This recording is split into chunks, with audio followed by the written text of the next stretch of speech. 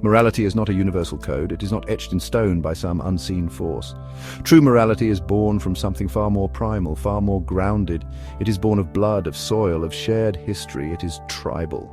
Tribal morality flows from the wellspring of shared ancestry. It is nurtured by the land that sustains us, the traditions passed down through generations.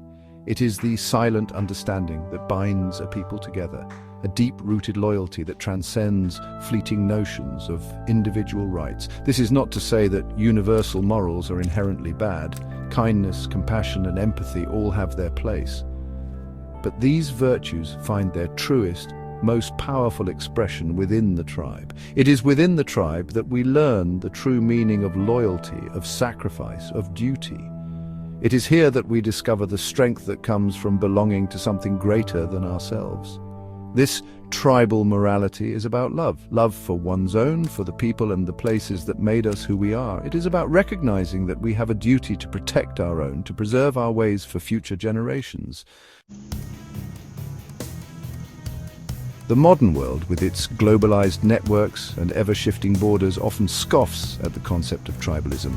We are told to embrace universalism, to value every culture and every individual equally, but this is a dangerous illusion, a siren's song that leads to the erosion of identity and the weakening of the bonds that make life worth living. Universalism, in its quest for inclusivity, seeks to erase the meaningful distinctions that give life texture and meaning. It demands that we prioritize the needs of strangers over the needs of our own kin, that we dilute our cultures in the name of some bland, homogenized, global village. This is not a path towards a brighter future, but a recipe for societal suicide. The proponents of universalism often portray any defense of tribal identity as inherently xenophobic, racist, or some other buzzword.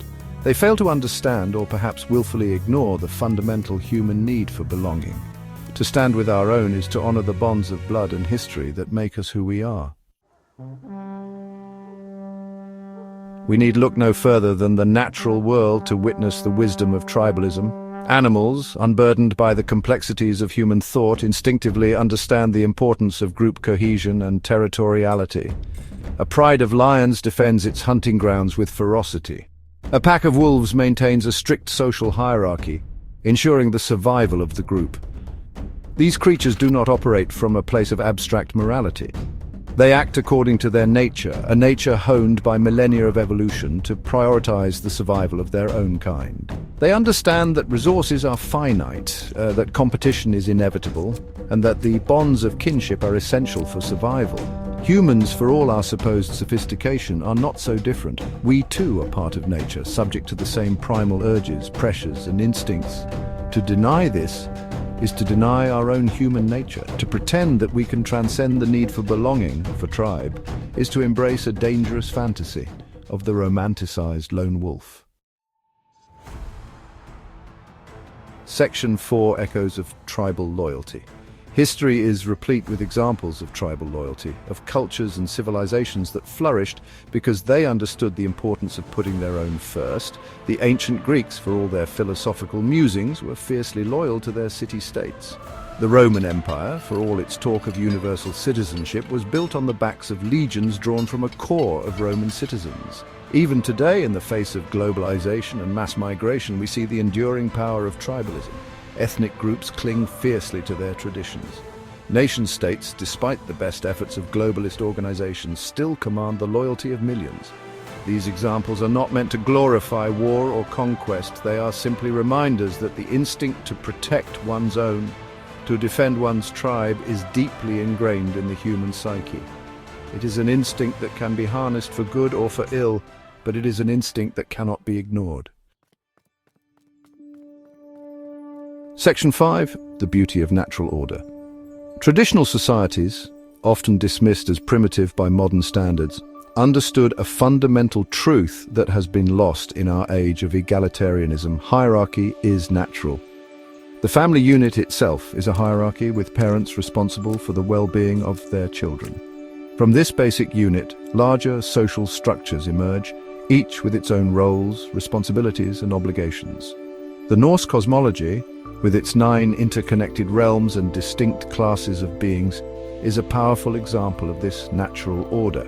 The ancient Indian caste system, for all its flaws, recognized the importance of specialization and the interdependence of different social groups. This is not to say we must return exactly to these ancient social structures, but it is to suggest that a healthy society requires a degree of hierarchy, a recognition that different individuals and groups have different roles to play in the larger social organism. This understanding is essential for maintaining order, stability, and ultimately survival. Section 6, the right to ourselves. In the face of encroaching globalism, it is more important than ever to assert the right to cultural exclusivity.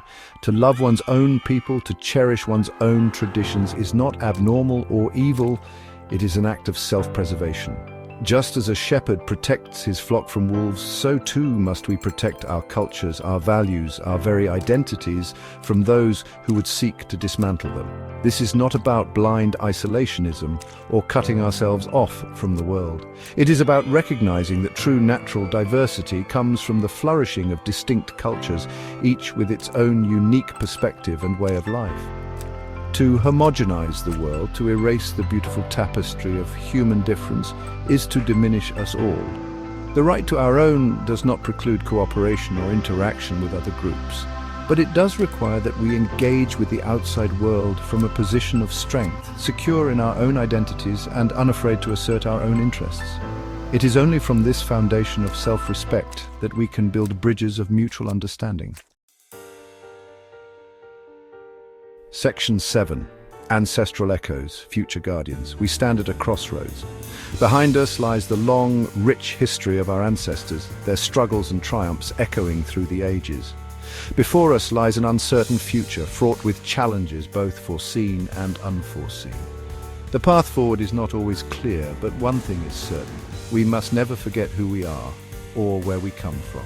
We are the inheritors of a proud legacy, a legacy built on the foundations of tribal loyalty, cultural identity, and the recognition of natural order. This legacy is not a burden to be cast off, but a sacred flame to be carried forward. Let us honor the sacrifices of those who came before us by preserving their memory and safeguarding their achievements.